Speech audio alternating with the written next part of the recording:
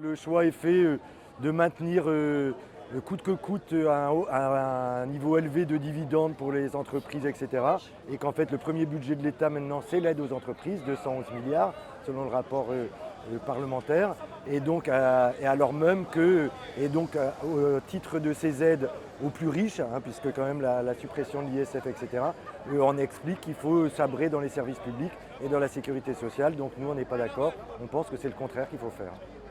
Parce qu'il faut que le gouvernement il comprenne qu'il y en a marre de l'austérité et que réellement il y a des mesures à prendre effectivement pour sauver la France, mais ce ne sont pas celles qu'il faut prendre sur les travailleurs, ce sont des mesures à prendre au niveau du gouvernement et des économies qu'il y a à faire par ailleurs.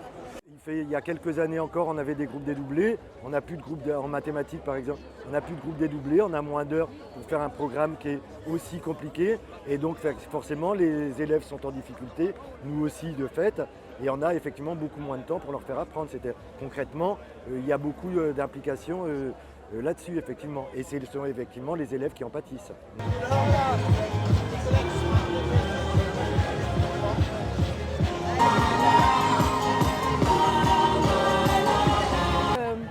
Dans notre lycée, on avait coordonné tous les projets culturels, les sorties en espagnol, les sorties cinéma, l'option théâtre. Et on est obligé de se réunir aujourd'hui, donc mi-septembre, pour annoncer aux uns et aux autres qu'on ne peut pas financer leur projet. Et ça, c'est terrible pour les collègues.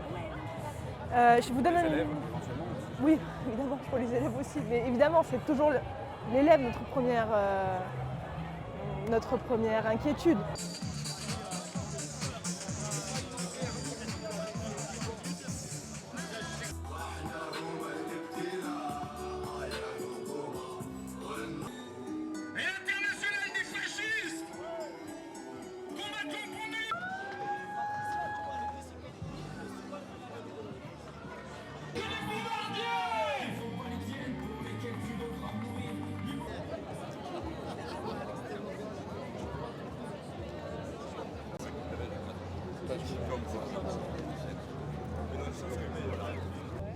Et elle explique très bien, pour la première fois, on a vraiment...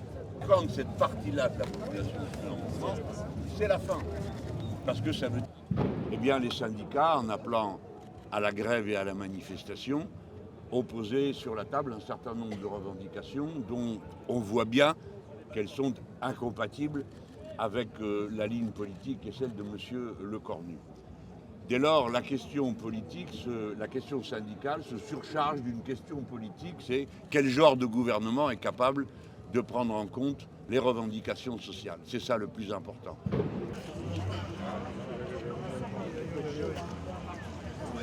Nous aurons une gauche unie pour voter la censure. Si bien que M. Lecornu va tenir à un petit fil, ce sera le Rassemblement national.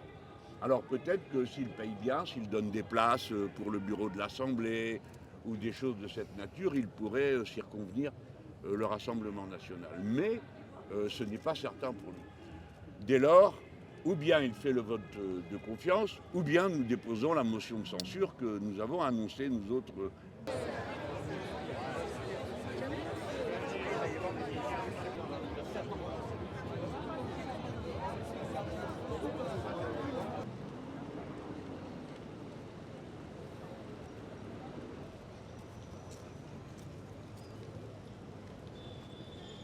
For more such videos, subscribe to the NewsX YouTube channel, hit the bell icon.